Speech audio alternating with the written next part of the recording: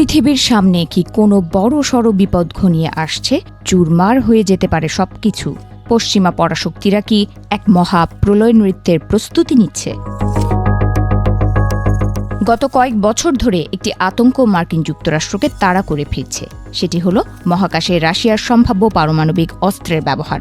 মহাকাশে পারমাণবিক অস্ত্র ব্যবহার করলে পৃথিবীর কক্ষপথে থাকা অর্ধেক সামরিক ও বেসামরিক স্যাটেলাইট ধ্বংস হয়ে যেতে পারে।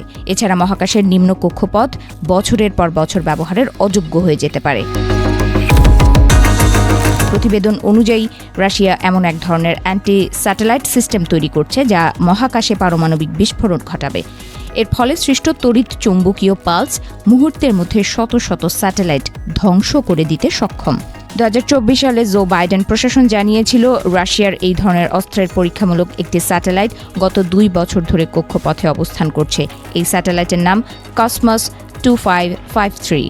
যদিও একে বৈজ্ঞানিক গবেষণা বলে দাবি করেছে রাশিয়া, তবে রাশিয়ার এই দাবিকে বিশ্বাস করছে না যুক্তরাষ্ট্র।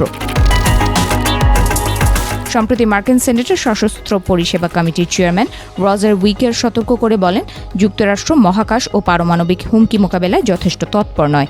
এর পরিপ্রেক্ষিতে মার্কিন স্পেস কমান্ড গত মার্চ মাসে অ্যাপোলো ইনসাইট নামে একটি টেবিল টপ যুদ্ধ মহড়ার আয়োজন করে। 23 মার্চ অনুষ্ঠিত এই মহড়ায় প্রথমবারের মতো মহাকাশ খাতের 62টি বাণিজ্যিক প্রতিষ্ঠান এবং 175 জন প্রতিনিধি অংশ নেন। এছাড়া অস্ট্রেলিয়া, কানাডা, নিউজিল্যান্ড ও যুক্তরাজ্যের মতো মিত্রদেশ এবং নাসা সহ 17টি সরকারি সংস্থা এতে যোগ দেয়। মহড়ায় মূলত মহাকাশে পারমাণবিক অস্ত্রের হুমকি এবং তা শনাক্ত ও প্রতিরোধের ওপর গুরুত্ব দেওয়া হয়। যদিও মহড়াটি ছিল গোপনীয়, তবে এতে রাশিয়ার এই হুমকির ভয়াবহতা নিয়ে আলোচনা করা হয়েছে।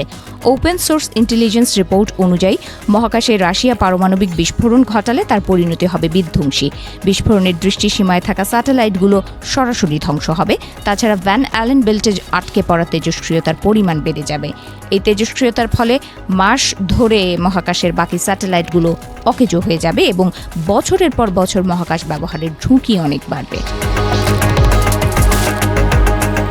এছাড়া মহাকাশের নিম্নকক্ষে 90% বেশি বাণিজ্যিক স্যাটেলাইট থাকে। তাই এখানে পরমাণু বিস্ফোরণ হলে মহাকাশ ভিত্তিক সব সেবা ভেঙে পড়বে। মধ্যম কক্ষপথে জিপিএস এবং নেভিগেশন সিস্টেম থাকে। এখানে বিস্ফোরণ হলে বিশ্বজুড়ে দিক নির্ণয় ব্যবস্থা অচল হবে। জিও স্টেশনারি কক্ষপথে এখানে আবহাওয়া, টিভি এবং সামরিক কমান্ড ও কন্ট্রোল সিস্টেম থাকে। এখানকার ক্ষয়ক্ষতি কৌশলগত প্রতিরক্ষা ব্যবস্থাকে পঙ্গু করে দেবে। মার্কিন স্পেস কমান্ডের প্রধান জেনারেল স্টিফেন হোয়াইটনিং সতর্ক করে বলেছেন, মহাকাশকে যুদ্ধের একটি ক্ষেত্র হিসেবে বিবেচনা করে এখনই প্রস্তুতি নিতে হবে, অন্যথায় রাশিয়া আমেরিকার চেয়ে কয়েক গুণ এগিয়ে যাবে বলে সতর্ক করেছেন তিনি।